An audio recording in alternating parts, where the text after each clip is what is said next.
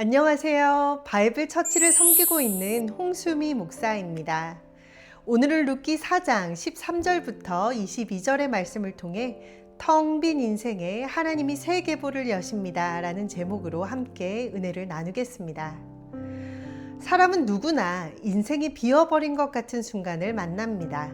열심히 살았는데 남는 것은 하나도 없는 것 같고 붙들었던 것은 무너지고 기대했던 미래가 사라지는 것 같은 시간들이 있습니다. 나오미가 그러했습니다. 베들레헴을 떠날 때에 나오미에게는 남편도 두 아들도 있었습니다. 그런데 모압 땅에서 남편과 두 아들 모두 잃었습니다. 나오미는 베들레헴으로 돌아오며 이렇게 고백합니다. 내가 풍족하게 나갔더니 여호와께서 내게 비어 돌아오게 하셨느니라. 나오미의 인생은 텅 빈 것 같았습니다. 소망도 끊어진 것 같았습니다. 그런데 룻기의 마지막은 비어 있음으로 끝나지 않습니다. 하나님은 나오미의 텅 빈 인생에 생명을 채우시고 한 아이를 통해 소망의 미래를 열어가십니다.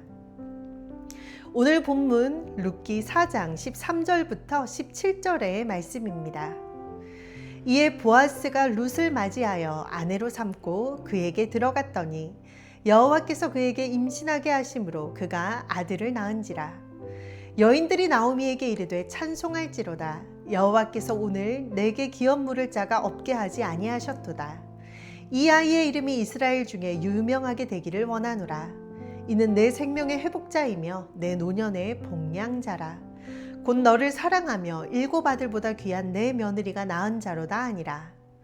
나오미가 아기를 받아 품에 품고 그의 양육자가 되니 그의 이웃 여인들이 그에게 이름을 지어주되 나오미에게 아들이 태어났다 하여 그의 이름을 오벳이라 하였는데 그는 다윗의 아버지인 이새의 아버지였더라. 그리고 21절과 22절은 이렇게 이어집니다. 살모는 보아스를 낳고 보아스는 오벳을 낳고 오벳은 이셋을 낳고 이셋은 다윗을 낳았더라. 본문을 통해 우리가 알 수 있는 것은 첫째로 회복의 근원은 하나님이시라는 것입니다. 룻기 4장 13절에서 아주 중요한 표현이 나옵니다. 여호와께서 그에게 임신하게 하심으로. 보아스와 룻이 결혼했지만 생명을 주신 분은 하나님이십니다. 성경은 이 아이의 탄생을 단순한 자연적 사건으로만 설명하지 않습니다. 하나님께서 생명을 주셨다고 고백합니다. 이것이 룻기의 신앙입니다. 사람은 순종하고 책임지고 사랑하지만 궁극적으로 회복을 이루시는 분은 하나님이십니다. 나오미의 가정은 죽음과 상실로 무너졌습니다. 남편도 죽고 아들들도 죽었습니다. 인간적으로 보면 더 이상 계보가 이어질 가능성이 없어 보였습니다. 그러나 하나님은 막힌 자리에서 생명의 문을 여십니다. 이것이 바로 은혜입니다. 우리의 현실이 아무리 비어 보여도 하나님께서 일하시면 다시 생명이 시작됩니다. 우리의 손에 남은 것이 없어 보여도 하나님은 새로운 역사를 시작할 수 있는 것입니다. 둘째로 알 수 있는 것은 하나님은 텅 빈 인생을 생명과 채움으로 바꾸신다는 것입니다. 본문에서 이웃 여인들이 이렇게 말하죠. 이 아이는 내 생명의 회복자이며 내 노년의 복량자라. 생명의 회복자, 노년의 복량자는 오벳이라는 이름의 뜻이 아니라 이 아이가 나오미에게 어떤 존재가 될지를 설명하는 축복의 말입니다.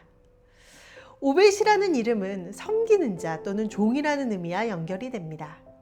그런데 이웃 여인들은 이 아이를 보며 나오미의 인생이 회복되었다고 고백합니다. 나오미는 한때 자신의 인생을 마라, 곧 괴로움, 쓴물이라고 부르라고 했습니다. 하지만 이제 그녀의 품에는 생명이 안겨 있습니다. 룻기 4장 16절은 나오미가 아기를 받아 품에 품고 그의 양육자가 되니라고 말합니다. 얼마나 아름다운 장면입니까? 텅 빈 품이 생명으로 채워졌습니다. 눈물의 품이 소망의 품이 되었습니다. 죽음의 기억으로 가득했던 나오미의 인생에 하나님께서 새로운 생명을 안겨주신 것입니다. 하나님은 단지 문제 하나를 해결하시는 분이 아니라 인생의 이름을 바꾸시는 분이십니다. 비어있음에서 채움으로, 괴로움에서 찬송으로, 절망에서 소망으로 이끄시는 분이십니다. 또 말씀을 통해 알 수 있는 것은 하나님은 한 가정의 회복을 구속사의 계보로 이어가신다는 것입니다.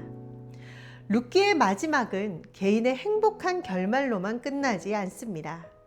성경은 오벳이 이새를 낳고 이새가 다윗을 낳았다고 말합니다. 이것은 굉장히 중요한 결말입니다. 룻기는 나오미 한 사람의 회복의 이야기이면서 동시에 하나님의 구속사가 이어지는 역사적인 사건입니다. 모압 여인 룻, 남편을 잃은 나오미, 책임지는 사랑을 선택한 보아스, 그리고 그 가정에서 태어난 오벳. 사람의 눈에는 작은 가정사처럼 보였지만 하나님은 그 안에서 다윗의 계보를 준비하셨습니다. 그리고 이것은 예수 그리스도의 오심으로 이어집니다. 오벳의 탄생은 한 아이의 출생만이 아니라 죽음과 공허 속에서 하나님께서 구원의 역사를 계속 이어가시겠다는 표징인 것입니다. 이처럼 하나님께서는 작은 순종을 절대로 작게 보지 않으십니다. 이것이 믿음의 신비입니다. 오늘 내가 드리는 작은 순종도 하나님의 손에 붙들리면 누군가를 살리는 계보가 될 수 있습니다.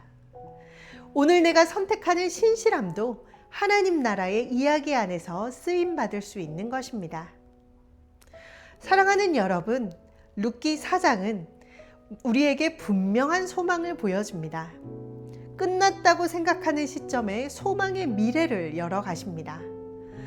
룻은 자신이 이방 여인으로 주변부 인생이라고 생각했지만 하나님은 이를 버려두지 않으시고 믿음과 순종과 신실함의 길을 걸어가는 자들에게 하나님께서 미래를 준비하셨던 것입니다. 우리도 현실이 어려울 때가 있죠. 내가 가진 것이 부족하고 앞날이 보이지 않고 지금의 선택이 무슨 의미가 있을까 싶을 때도 있습니다. 그러나 룻기를 기억하십시오. 하나님은 비어있는 인생을 다시 채우십니다. 끊어진 것 같은 계보를 다시 이으십니다. 눈물의 자리에 생명을 심어주십니다.